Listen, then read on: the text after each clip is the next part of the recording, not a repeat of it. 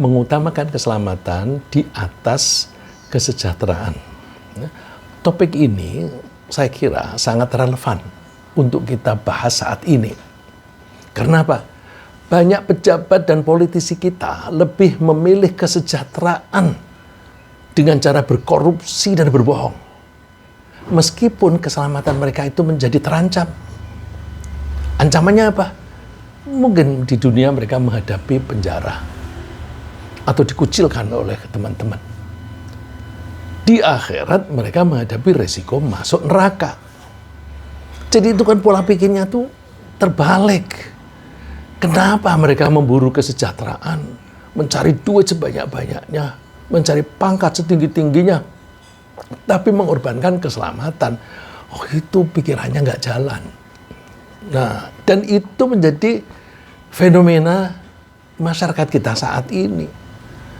Karena mereka melakukan itu menjadi seolah-olah tidak apa-apa.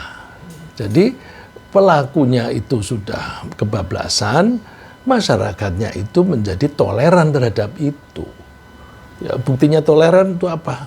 Kalau kita misalnya ngurus dokumen yang seharusnya gratis, terus kita kasih duit orangnya itu. KTP itu kan seharusnya gratis. Tapi saya pernah tanya, kamu ngasih berapa? Sekian puluh ribu. Kenapa kamu kasih? Kan dia sudah menolong saya. Lah, kan sudah digaji. Digajinya dengan pajak dari kita. Nah, itu berarti kesalahan berpikir ini sudah merata, baik oleh pelakunya maupun orang lain gitu. Ya. Jadi sekali lagi saya ulang, topik ini sangat relevan kita bahas karena gejala-gejala kita, terutama orang-orang yang menjadi public figure, orang yang diamati oleh publik, yaitu para pejabat dan politisi, itu lebih memilih kesejahteraan dengan mengorbankan keselamatan mereka, yaitu melalui korupsi dan berbohong. Nah, dalam hidup ini, kita semua pasti mencari keselamatan dan kesejahteraan. Yang dengan keduanya, dengan selamat dan kesejahteraan, itu kita bisa memperoleh kebahagiaan. Tapi kita, jika berada di dalam situasi, harus memilih salah satu dari dua itu. Pilih mana? Selamat tapi tidak sejahtera, atau sejahtera tapi tidak selamat. Pilih mana? Ya, kita, kalau akal kita sehat, kita memilih selamat daripada sejahtera tapi tidak selamat. Karena apa? Kalau kita itu tidak selamat, otomatis tidak akan sejahtera. Kalaupun mempunyai kekayaan yang banyak, mempunyai pangkat yang tinggi, kalau orang itu tidak selamat, dia tidak bisa menikmati. Punya harta triliunan rupiah, tapi tidak bisa menikmati. Untuk apa? Untuk apa? Yang penting kan kita bisa menikmatinya. Gitu. Jadi kalau kita itu mengorbankan keselamatan, kesejahteraan itu juga hilang. Kalau kita mengutamakan keselamatan, kalaupun kita dalam keadaan yang pas-pasan, kalau kita bisa menata hati, kita masih bisa menikmati hidup. Misalnya, kita banyak kan di antara kita orang tua sudah tidak bekerja lagi, tapi makan masih bisa. Misalnya makannya gimana? Dikasih anak-anak. Ya, saya punya saudara yang saya tanya, kamu setiap hari masaknya gimana, Mbak? Oh, aku nggak pernah masak kok. Kok begitu? Ya, kalau pagi anak saya si A nganter sarapan, siang anak saya si B nganter makanan, malam anak saya si C ngasih makanan. Nggak perlu pegang duit. Tapi kalau dia bisa menata hati, ya aku duit untuk apa? Bajuku sudah banyak, tempat tidurku enak dan sebagainya. Ya sudah, aku nikmati ini. Jadi asal kita selamat, meskipun kita tidak mempunyai kesejahteraan yang berlebih, itu kita masih bisa menikmati kehidupan ini. Ya, jadi kita kalau suruh memilih, misalnya suruh memilih itu artinya apa? Kita berada di dalam keadaan yang harus memilih salah satu. selamat saja atau sejahtera saja, kita pilih selamat saja. Lalu bagaimana caranya kita mencari keselamatan dan bagaimana caranya kita bisa memperoleh kesejahteraan? Secara garis besar, kita akan memperoleh keselamatan jika kita bisa menyingkirkan hal-hal yang menyebabkan kerusakan. Ya, saya ulang. Kita bisa memperoleh keselamatan jika kita bisa menyingkirkan hal-hal yang mengakibatkan kerusakan. Baik itu kerusakan materi maupun kerusakan non-materi. Karena apa?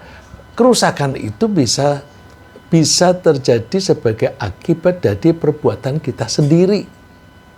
Perbuatan kita sendiri, kalau kita melakukan pelanggaran, melakukan kesalahan, maka kita akan tertimpa akibatnya tidak selamat. Nah, pelanggaran itu yang dilanggar apa? Peraturan. Begini, peraturan itu ada kalanya peraturan yang orientasinya untuk kepentingan orang-orang tertentu. Nah, itu kalau peraturan pemerintah itu seringkali ya, tidak selalu. Seharusnya peraturan pemerintah itu untuk keselamatan dan kesejahteraan seluruh bangsa, seluruh anak bangsa. Tapi belakangan ini seringkali penguasa kita membuat peraturan yang menguntungkan pihak-pihak tertentu saja. Nah, berarti itu peraturan itu sangat parsial, sangat partisan. Kita cari peraturan yang tidak partisan, yaitu peraturan yang dibuat oleh pencipta kita.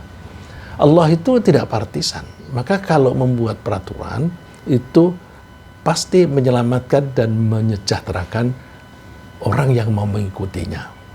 Nah, kita pegang peraturan yang dari sang pencipta itu. Kalau ada peraturan yang dibuat oleh manusia, asal itu sejalan dengan peraturan dari Tuhan yang mencipta, itu kita turuti. Karena itu tidak, kalau kita mengikuti, tidak mengakibatkan kerusakan.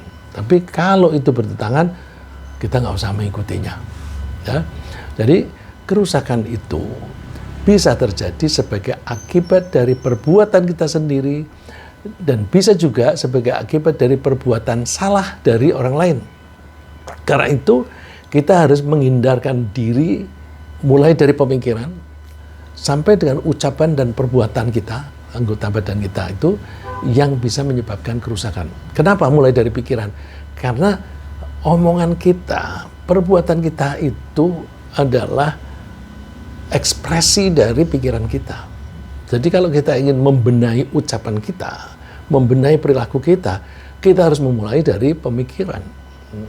Nah, pemikiran itu harus kita atur, ya, kita rekayasa, kita kelola agar pemikirannya ini pemikiran yang baik, yang bisa menyelamatkan dan mensejahterakan kita sendiri. Di samping itu, kita juga berusaha mencegah orang lain. Jadi bukan hanya kita sendiri yang menghindari kerusakan. Kita anjurkan orang lain, jangan melakukan kerusakan gitu. Jadi contoh ya misalnya, Allah itu kan membuat kita itu, menciptakan kita itu membutuhkan harga diri, membutuhkan kehidupan, dan sebagainya. Maka semua orang itu membutuhkan hal-hal itu, karena semua membutuhkan, maka jangan sampai ada dari kita itu yang menghambat orang memperoleh hak-haknya. Kalau sampai ada penguasa, ini biasanya yang bisa mengatur kan biasanya penguasa. Penguasa itu tidak harus pejabat pemerintah, bisa saja tokoh masyarakat. Ya.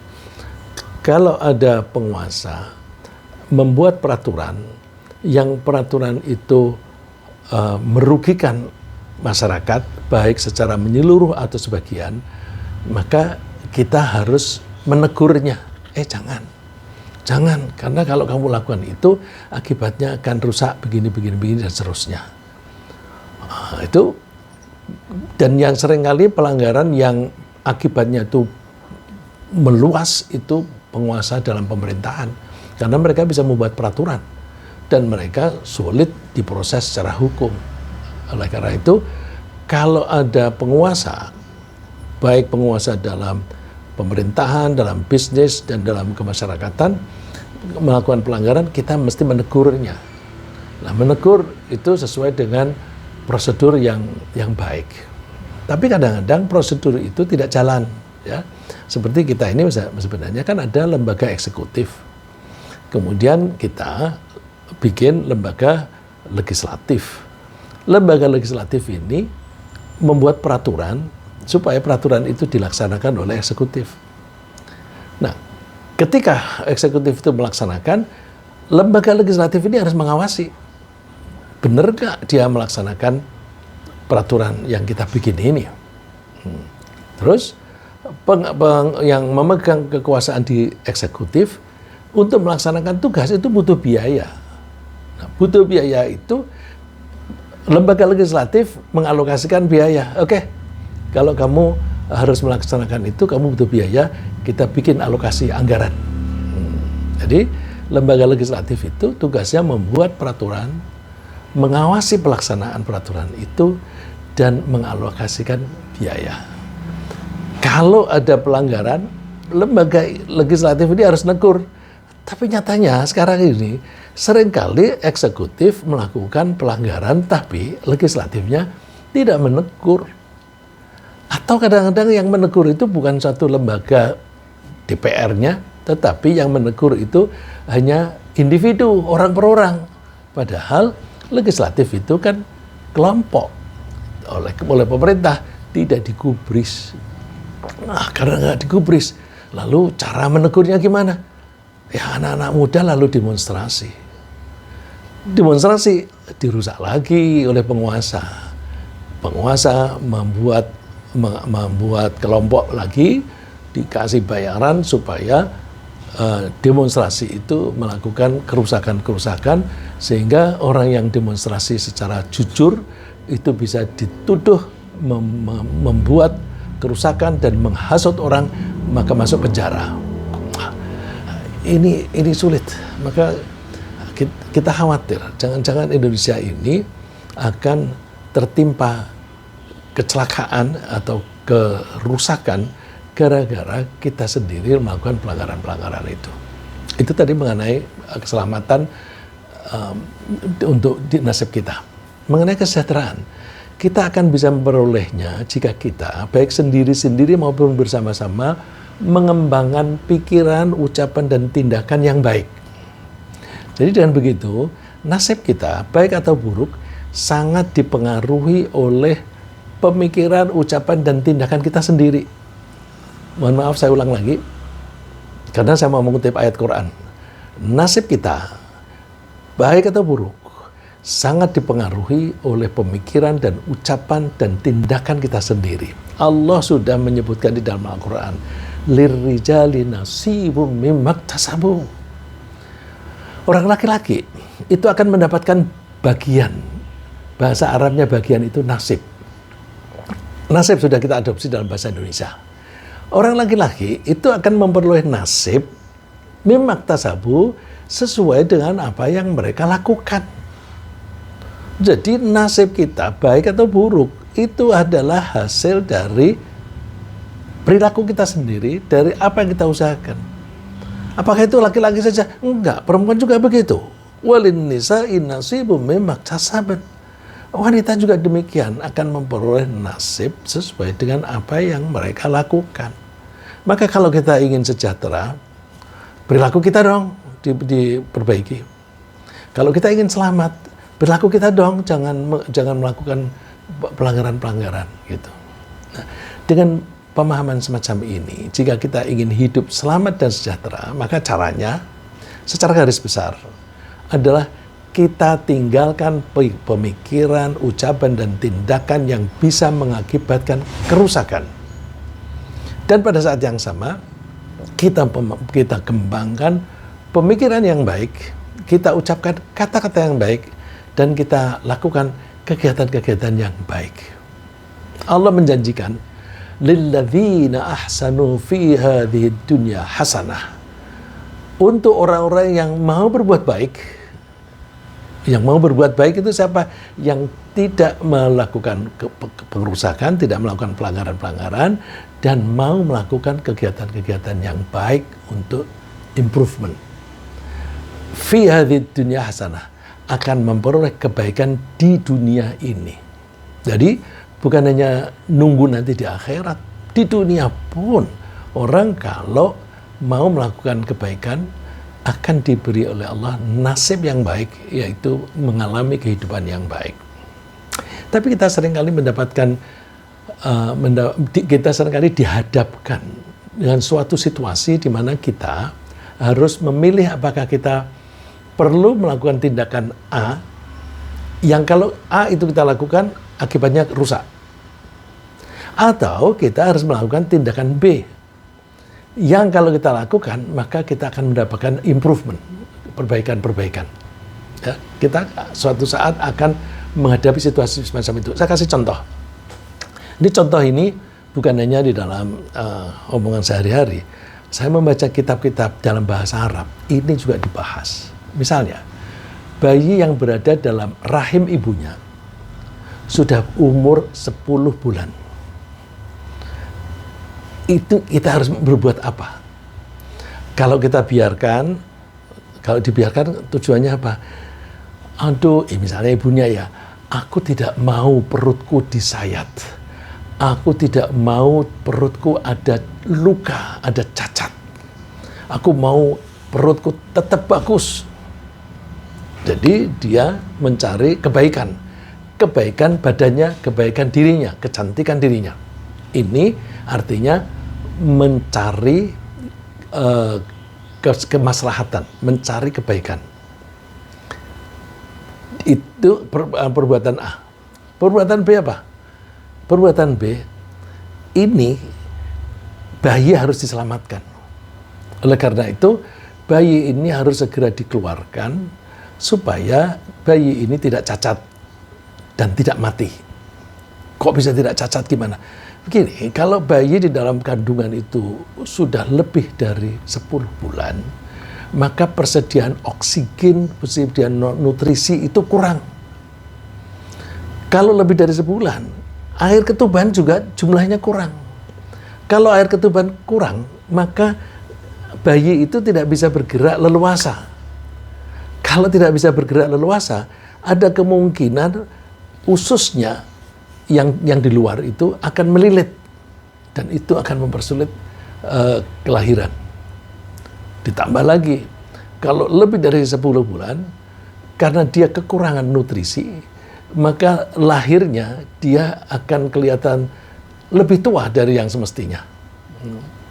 Ditambah lagi, kalau itu lebih dari 10 bulan, karena ada pertumbuhan-pertumbuhan juga, maka bayinya bisa terlalu besar. Kalau terlalu besar, makin sulit dikeluarkan secara normal. Maka ini harus dikeluarkan dengan cara operasi. Ya, jadi pilihannya perbuatan B apa? Menjaga kecantikan wanita ibunya. Perbuatan B menyelamatkan bayinya dengan cara menyayat perut ibunya. Jadi menyayat itu kan membuat kerusakan badan ibunya. Pilih mana? Ini saya kira dokter-dokter memilih menyelamatkan anaknya. Di pedoman fikih, kaidah fikih tadi juga begitu. Kalau kerusakan itu dilakukan, kemudian hasilnya menjadi lebih baik, maka kerusakan harus diprioritaskan untuk menghindari matinya bayi. Ya. Jadi oleh karena itu para ahli fikih yang memang tugas mereka itu membantu memudahkan kita belajar, mereka membuat kaidah bahwa mencegah terjadinya kerusakan harus diutamakan di atas usaha memperoleh kebaikan atau kemaslahatan. Bahasa Arabnya darul mafasidi muqaddamun ala jalbil masalih. Mencegah terjadinya hal-hal yang mengakibatkan kerusakan harus diprioritaskan daripada mencari kemaslahatan. Ya, ini tolong dihafalkan. Kalau tidak hafal bahasa Arabnya nggak apa-apa, tapi bahasa Indonesianya. Nah, kalau saya implementasikan dalam bentuk yang sudah terapan, keselamatan harus diutamakan daripada kesejahteraan. Gitu. Nah, secara rinci para ulama menjelaskan bahwa jika ada suatu tindakan yang akibat buruknya lebih besar daripada akibat baiknya, atau akibat buruknya sama besarnya dengan akibat baiknya, maka mencegah terjadinya akibat buruk harus diutamakan. Misalnya, minuman keras. Minuman keras itu ada manfaatnya.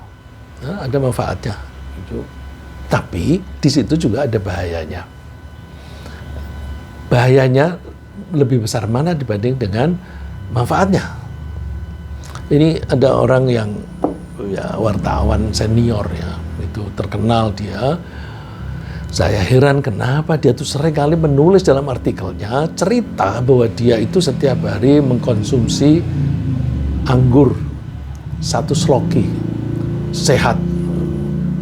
Itu berkali-kali nulis itu. Wih, orang ini agamanya Islam tetapi kenapa mempromosikan itu? Bukankah Al-Quran sudah mengatakan yas'alunaka 'anil khamri wal maisir? Mereka bertanya kepadamu Muhammad SAW tentang minuman keras dan perjudian. Terus Allah yang menjawab, qul, katakan, fihima ithmun kabir, di dalam perjudian dan minuman keras itu ada bahaya yang besar. Bahaya yang besar itu di sini menggunakan kata ithmun. Ithmun bisa diartikan bahaya, bisa diartikan dosa. Nah, kalau begitu semua perbuatan dosa itu membahayakan, ya, semua. Ya. Bohong itu membahayakan, menyakiti orang lain, menyakiti hatinya itu juga membahayakan. Jadi ithmun kabir bisa diartikan bahaya yang besar, bisa diartikan dosa yang besar. Wa manafi'u linnas, di kedua-duanya perjudian dan minuman keras itu juga ada manfaatnya. Tapi harus diketahui, wa ithmuhuma akbaru min naf'ihima, bahayanya lebih besar daripada kemanfaatannya. Nah, kalau begitu, mana yang harus diprioritaskan? Nah, karena bahaya mengkonsumsi minuman keras lebih besar daripada manfaatnya, Allah melarang kita mengonsumsinya, meskipun dalam jumlah sedikit. Ya, Allah setelah ayat ini turunnya tidak bareng dari yang kita baca tadi, yas'alunaka, dengan ayat berikut ini tidak bareng.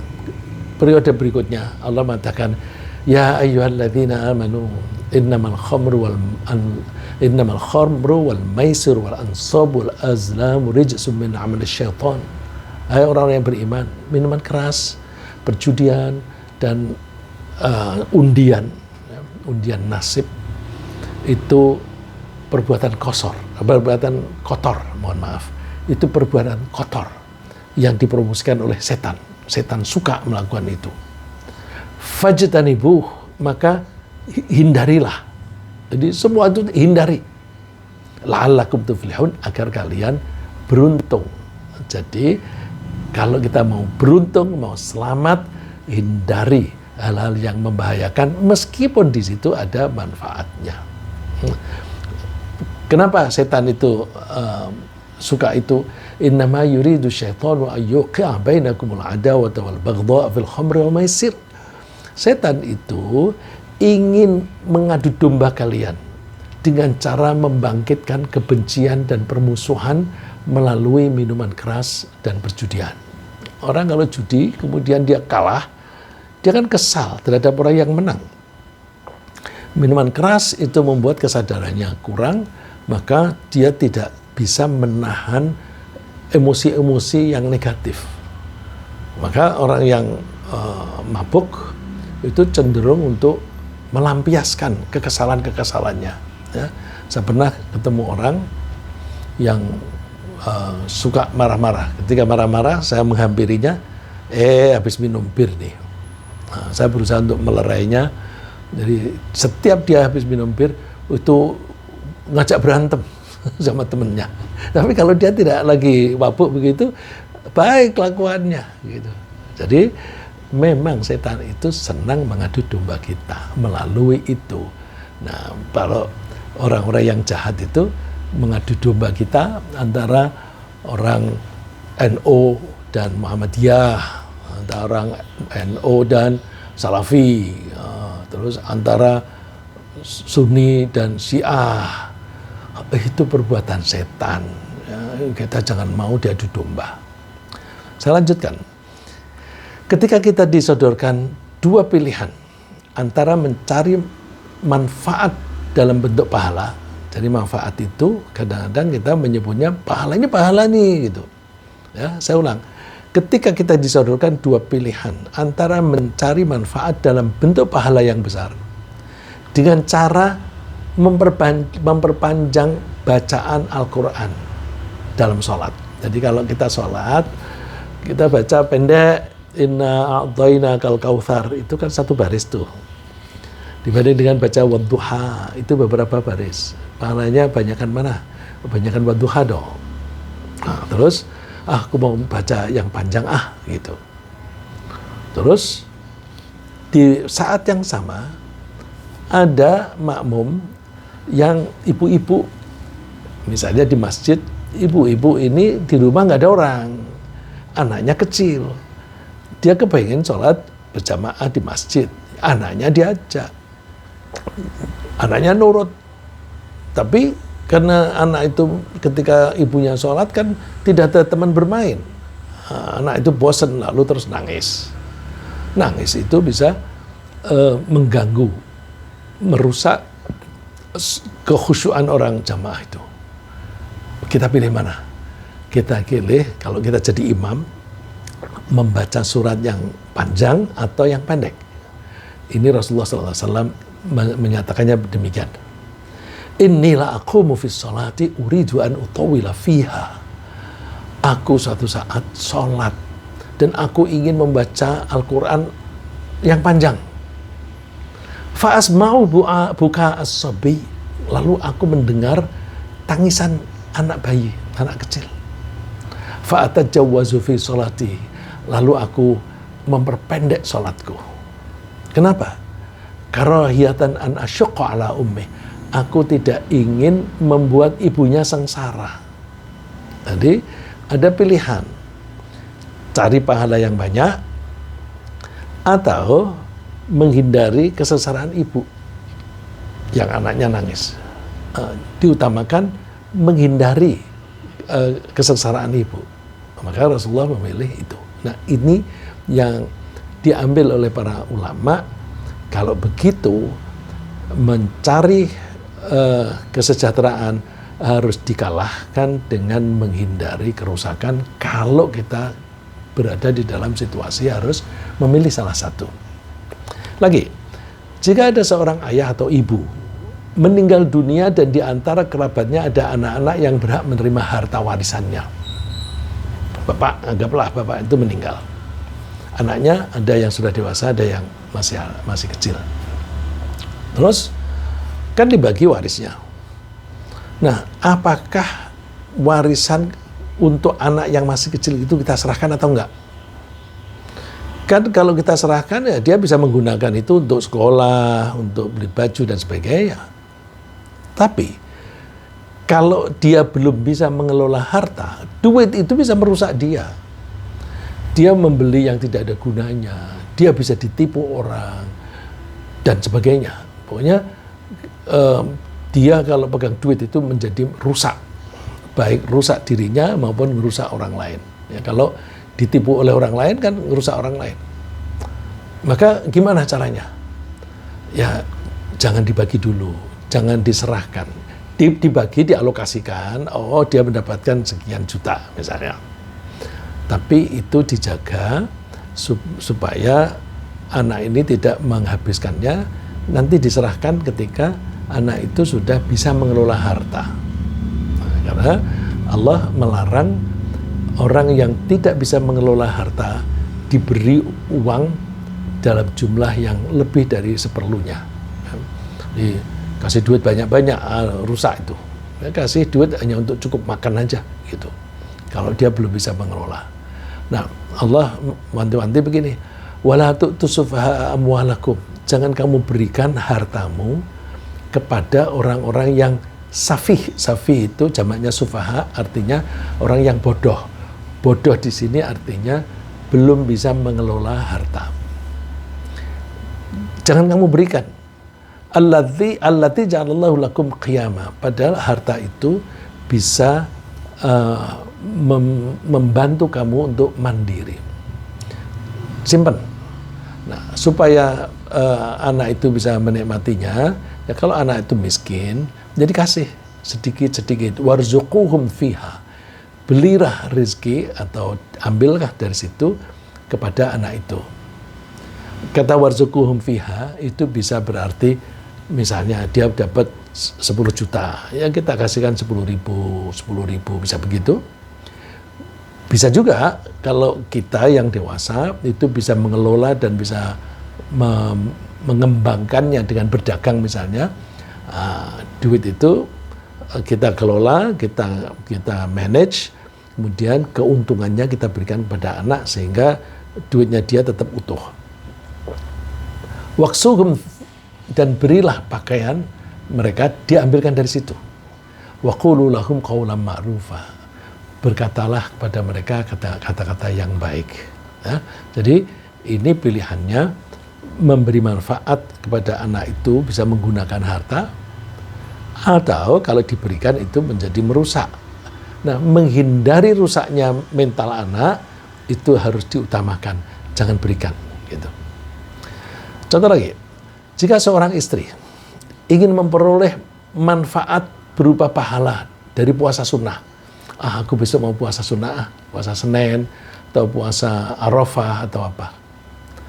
Tapi pada saat yang sama, kalau suaminya itu menghendaki, jangan puasa dong, aku kepengen besok tuh bercanda sama kamu, aku sekarang ini masih sibuk nih, malam ini aku nggak sempat, besok aja aku kosong, kalau ini sudah selesai. Jadi kamu jangan puasa. Jadi suaminya menghendaki jangan puasa supaya besok bisa bercanda. Mana yang harus dipilih oleh istri? Puasa atau tidak puasa nuruti suami? Bahayanya apa kalau tetap puasa? Kalau dia puasa, dia keuntungannya dapat pahala. Bahayanya apa? Suami ini belum tentu bisa menahan diri. Kalau tidak bisa menahan diri, dia akan mencari alternatif lain. Alternatif lain itu ada yang halal. Yang halal gimana? Nikah lagi. Tapi ada juga kalau dia tidak mau nikah lagi karena tanggung jawabnya besar, lalu mencari yang ketengan, yang haram. Kan itu bahaya. Maka mana lebih baik bagi istri itu? Tidak usah puasa untuk menyelamatkan suaminya, atau puasa untuk mencari pahala. Pilih yang menghindari bahaya. Kamu jangan puasa. Tujuannya apa? Menyelamatkan suami. Jangan sampai terjerumus kepada perbuatan-perbuatan yang jelek. La yahillu lil mar'ah. Tidak halal bagi seorang wanita, istri, antasuma, untuk berpuasa, wa zawjuha syahidun illa bi'idhnih. Sedangkan suaminya itu ada di rumah. Dia tidak boleh berpuasa kecuali harus seizin suami.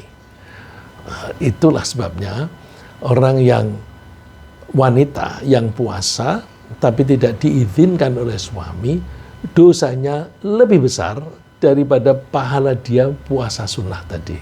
Ini sunnah ya, bukan wajib ya. Kalau bulan Ramadan, suami harus nahan diri. Ya. Demikian juga menghindari bahaya perzinaan. Itu harus diutamakan daripada mencari pahala silaturahim. Aku mau silaturahim ke rumah adik. Terus adik itu, misalnya laki-laki, ini yang orangnya laki-laki, punya adik laki-laki, aku mau silaturahim. Adiknya pergi, yang ada istrinya. Gimana? Tetap masuk atau nggak usah? Kalau masuk, manfaatnya itu mempererat persaudaraan. Tapi bahayanya apa? Kan bisa tuh setan menggoda di rumah sendirian berdua, lalu terus berbuat yang haram. Itu bahaya. Jadi seorang lelaki itu yang semacam itu tidak boleh mengunjungi istri kakaknya atau istri adiknya jika suaminya tidak ada di rumah. Meskipun tujuannya silaturahim, maka jangan. Ya. Contoh lain apa? Kalau di kantor-kantor kan suka-suka ada musola yang kecil gitu. Nah, cukup hanya untuk 2 orang atau 3 orang. Laki-laki mau sholat, di situ ada teman perempuan. Ayo kita jamaah yuk. Mana lebih baik? Ngajak dia jamaah atau udah kamu sholat duluan, aku nunggu di luar. Lebih baik sholat sendiri-sendiri. Karena kalau di dalam itu kan bisa mulai dengan bisik-bisik, nanti diteruskan dengan yang haram. Jadi menghindari itu lebih baik daripada sholat berjamaah. Jika ada 2 pilihan yang sama-sama buruk dan mengakibatkan kerusakan, gimana itu? Kalau sama-sama buruknya, kita pilih yang mana? Maka kita diperbolehkan memilih keburukan yang memberi manfaat atau maslahat. Jadi sama-sama buruk, yang satu menyebabkan kerusakan, dua-duanya menyebabkan kerusakan ya. Tapi salah satu ada manfaatnya. Dipilih mana? Yang memberi manfaat.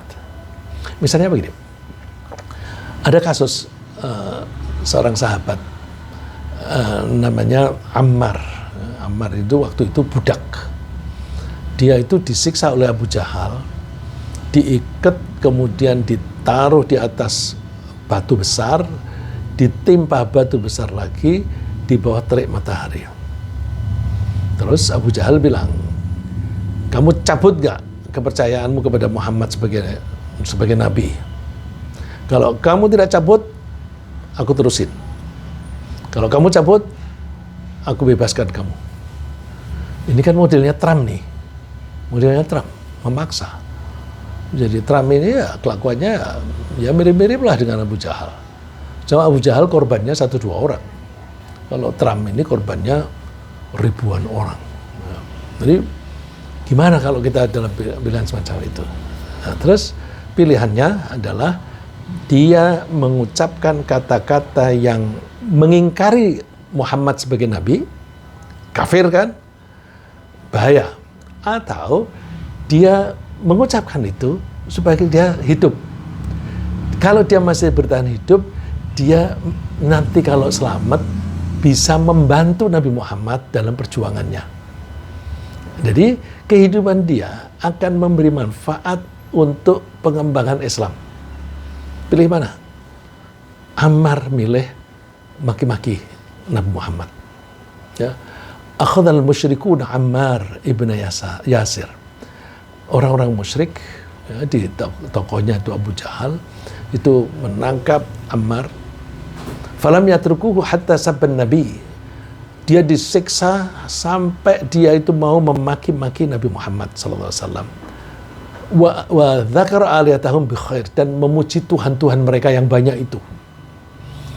Thumma tarakuh. Kemudian setelah itu ditinggal dalam keadaan tersiksa seperti itu. Falamma ata Rasulullah sallallahu alaihi wasallam. Rasulullah lalu terus kebetulan lewat di situ. Bertanya, ma wara'ak? Apa yang terjadi, Ammar? Dia tidak berani menatap Nabi. Syarrun ya Rasulullah. Jelek Rasulullah. Kenapa? Ma taraktu hatta niltu minka. Aku tidak akan ditinggalkan disiksa sampai aku memaki-maki engkau. Wa dzakartu aliyatahum bi khair, dan memuji-muji Tuhan mereka. Terus Nabi bertanya, kaifa tajidu qalbak? Hatimu gimana? Dia jawab, mutmainnan bil iman. Saya maki-maki engkau dan saya memuji Tuhan-Tuhan mereka, tapi hatiku tetap beriman kepada Allah. Terus Rasulullah jawabnya apa? In adu fa'ud. Kalau mereka kembali menyiksa kamu seperti itu, ulangi lagi. Artinya, kamu maki-maki aku, memaki-maki Nabi Muhammad, tidak apa-apa untuk mencari kemanfaatan, yaitu tetap hidup dan bisa membantu Rasulullah kelak. Nah, ini contoh kalau ada pilihan sama-sama jelek, tapi yang satu memberi manfaat. Namun ada perkecualian. Nah, ini perkecualiannya. Dalam penerapan kaidah bahwa mencegah terjadinya hal-hal yang mengakibatkan kerusakan harus diprioritaskan daripada mencari kemaslahatan. Yaitu apa? Jika kemaslahatan yang dicari bernilai besar daripada nilai lebih besar daripada kerusakan yang harus dihindari. Jadi kalau kemaslahatannya itu lebih besar dibanding dengan kerusakannya, maka yang dipilih adalah kemaslahatan. Karena pedoman umumnya tadi kan kalau ada hal yang buruk dan yang baik, pilih mana? Menghindari buruk dulu. Tapi ini kecuali kalau kemaslahatannya lebih besar, maka itu harus diprioritaskan. Contohnya apa? Berkata bohong kepada istri misalnya. Ini yang contoh yang populer memberi istri. Istri masak terlalu asin. Gimana rasanya? Enak. Terus enak kenapa? Supaya mereka tetap akur, tetap rukun. Karena kalau bilang nggak enak begitu kan, aku sudah repot-repot belanja dan memasakkan, ternyata kamu tidak menghargai. Nah, itu bisa merusak hubungan suami istri. Terus enak. Terus istrinya mencicipi. Wah, apaan? Ini kan terlalu asin. Kok kamu bilang enak? Udah aku tambah air kok. Kalau aku tambah air kan tidak keasinan gitu. Oh gitu. Jadi bohong. Mestinya itu terlalu asin, tapi dia bilangnya enak. Tujuannya apa? Menjaga keutuhan rumah tangga. Jadi bohong itu jelek. Mengaku bahwa ini tidak enak itu juga jelek. Terus pilih mana yang memberi manfaat? Manfaatnya keutuhan rumah tangga. Ini Ummu Kulthum bin Uqbah bercerita, aku pernah mendengar Rasulullah SAW, Rasulullah itu rakhasa fi syai'in minal kadhib. Allah mengecualikan ada 3 macam bohong yang boleh. Illa fi thalath. Apa itu?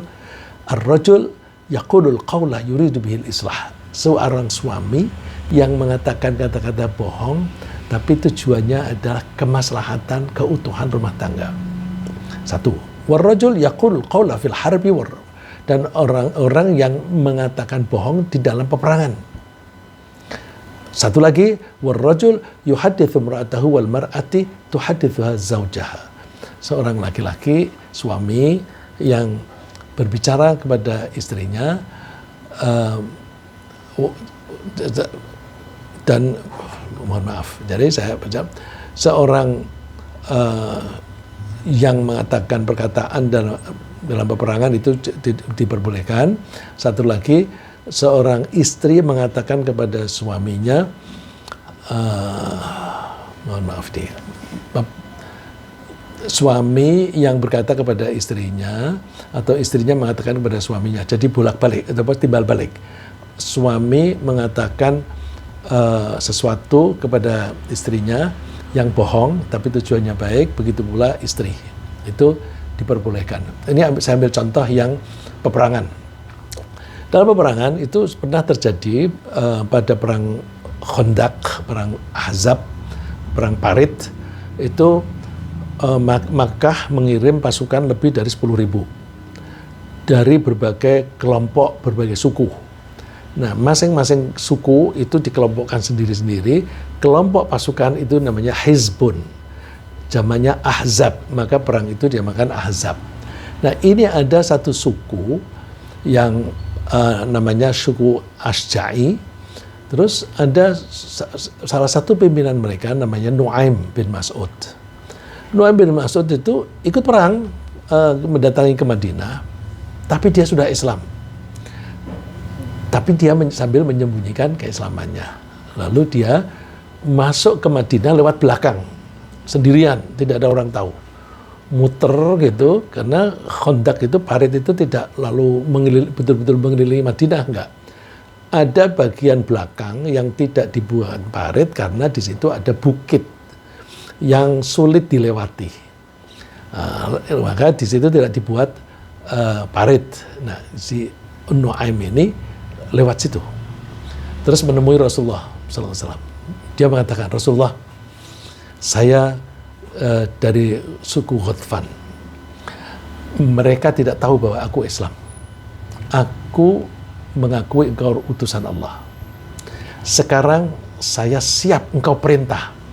Apa yang perlu saya lakukan?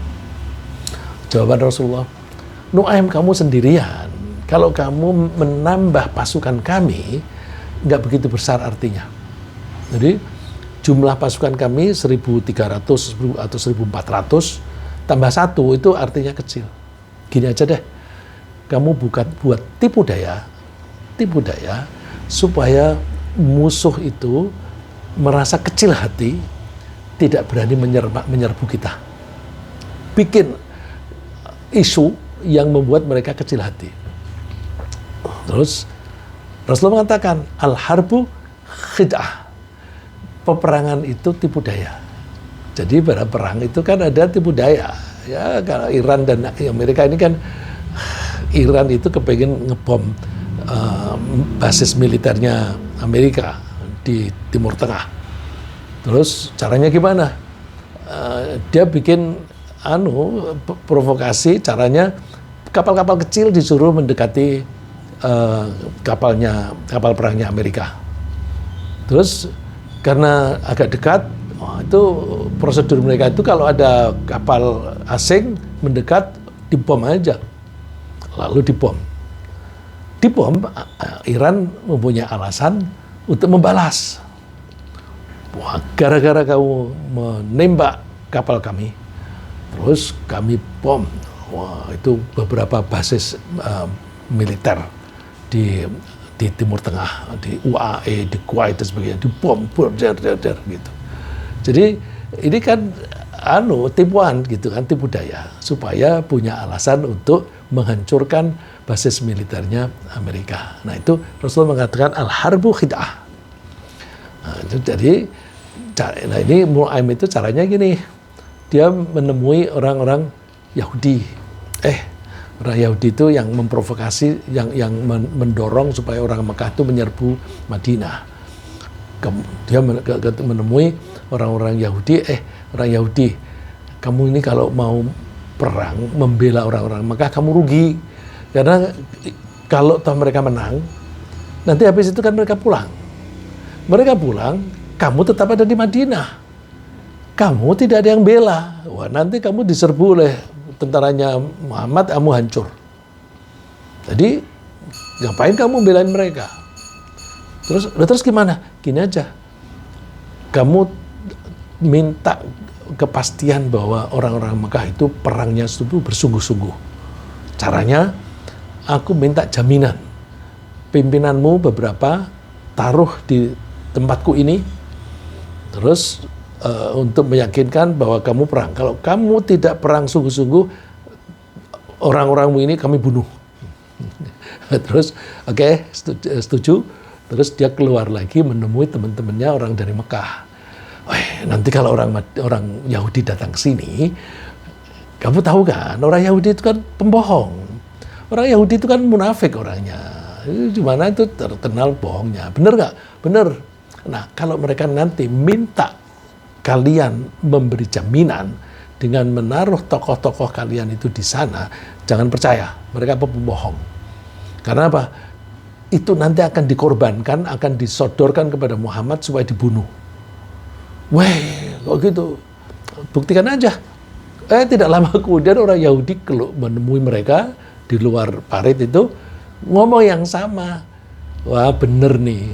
Terus akhirnya ada ketidakpercayaan. Orang Yahudi tidak percaya dengan orang Makkah tidak percaya kepada orang Yahudi. Terus mereka, nggak ada gunanya, pulang aja.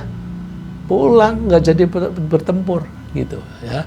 Itu kebohongan yang ada manfaat besar. Ringkasnya apa yang kita bahas pagi ini adalah bahwa setiap orang menginginkan hidup selamat dan sejahtera. Keselamatan bisa diperoleh dengan menghindari hal-hal yang merusak. Kesejahteraan bisa diperoleh dengan melakukan hal-hal yang baik. Ketika harus memilih, menghindari kerusakan harus diutamakan daripada mencari kesejahteraan.